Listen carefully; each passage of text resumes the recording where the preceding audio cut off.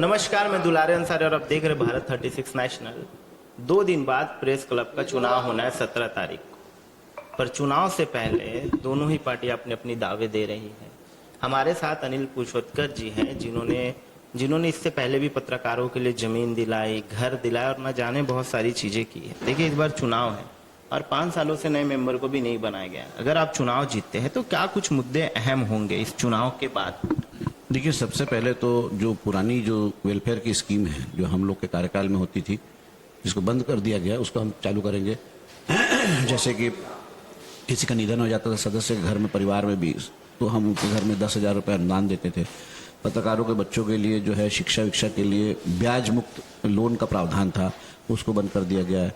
ऐसी ढेरों जो है जो कल्याणकारी योजनाएं थी उनको बंद कर दिया गया, तो वो हम फिर से चालू करेंगे। दूसरी जो महत्वपूर्ण बात है, जो 5 सालों में किसी को सदस्यता नहीं दी गई। 5 सालों में जो है युवा पीढ़ी एक नई पौध खड़ी हो चुकी है, उनको हम मेंबरशिप देंगे। मेंबरशिप में जो भेदभाव बढ़ता जा रहा है उसको खत्म करेंगे। और वैसे भी मेरे 5 कार्यकाल हो चुके हैं, हर कार्यकाल में मैंने सदस्यता दी है। उसके बाद सदस्यता बंद हो जाती है, बाद में सदस्यता देते नहीं, और मेरे कार्यकाल में ही सदस्यता होती है। तो मैंने पहले भी दी है, इस बार भी हम सदस्यता देंगे। दूसरी बात, आपने कहा कि हम, हाँ ठीक है, हमने जो मकान दिया था सेज बहार में, सड्डू में, MIG, LIG, HIG, और सम्मानजनक मकान थे वो।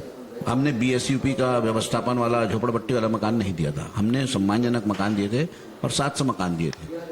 तो वो लोग आज भी याद करते हैं। 3,30,000 का उस समय LIG होता था, आज वो 20 लाख के ऊपर हो गया है। 8,80,000 का MIG होता था, वो आज 50 लाख के ऊपर हो गया है।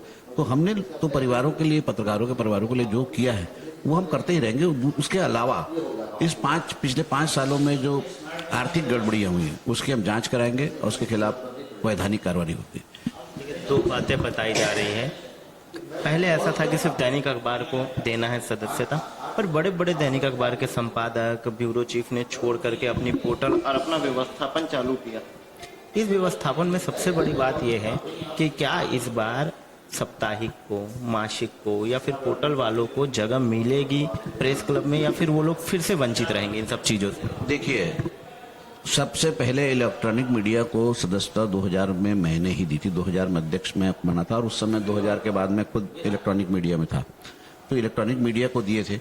सोशल मीडिया का आज महत्व नकारा नहीं जा सकता, उस दिन उनकी सदस्यता पर भी हम ख्याल रखेंगे। और दूसरा, पत्रकार तो पत्रकार होता है, उसमें कोई भेदभाव होता नहीं। अब जो कई साल पत्रकार रहा है और अगर उसने, आपने जैसे पूछा कि उसने पोर्टल चालू कर दिया, तो उसकी सदस्यता कंटिन्यू रहेगी, उसमें कोई दिक्कत है नहीं।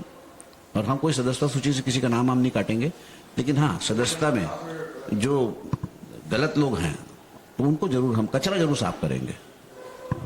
पत्रकारों के लिए कोई ऐसा बड़ा कदम उठाएंगे? जैसे देखिए, बहुत बार ये भी देखने मिल रहा है कि FIR बहुत बार पत्रकारों पे हो जा रहे हैं, पर अब पत्रकारों के लिए पत्रकार ही खड़े नहीं होते हैं। तो क्या इन सारी व्यवस्थाओं को देखते हुए सुधार किया जाएगा व्यवस्थाओं में? देखिए, हम लोग तो लड़ते रहे हैं। हमारे कार्यकाल में कभी कोई ये नहीं कह सकता कि ये नहीं होगा। हमने तो धरना प्रदर्शन सब किया, और योगी जी की सरकार में राजनारायण मिश्रा के खिलाफ अपराध दर्ज हो गया था, तब भी हम लोग लड़े।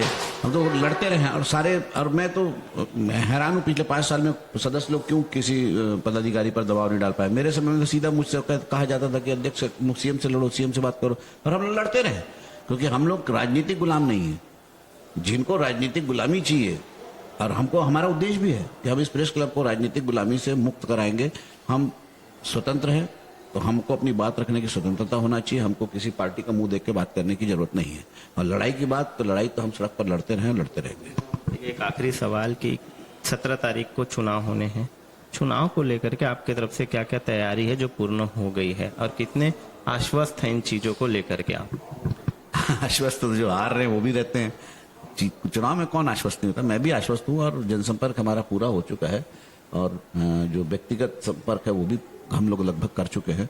और हम ही एक ऐसे हैं कि हमारी पूरी पैनल भी है, और हम पूरी पैनल एक साथ जाते हैं। कोई व्यक्तिगत हमारे बीच में कोई वो नहीं, लेकिन और ठीक है, इस बार विश्वास है, लोग एक बार और मौका देंगे।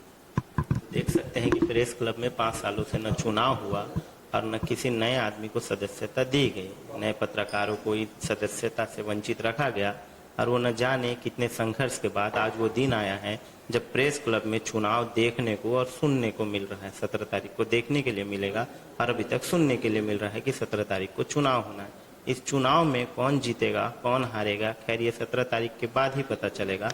पर तब तक के लिए आप मेरे साथ बने रहिए और देखते रहिए भारत 36।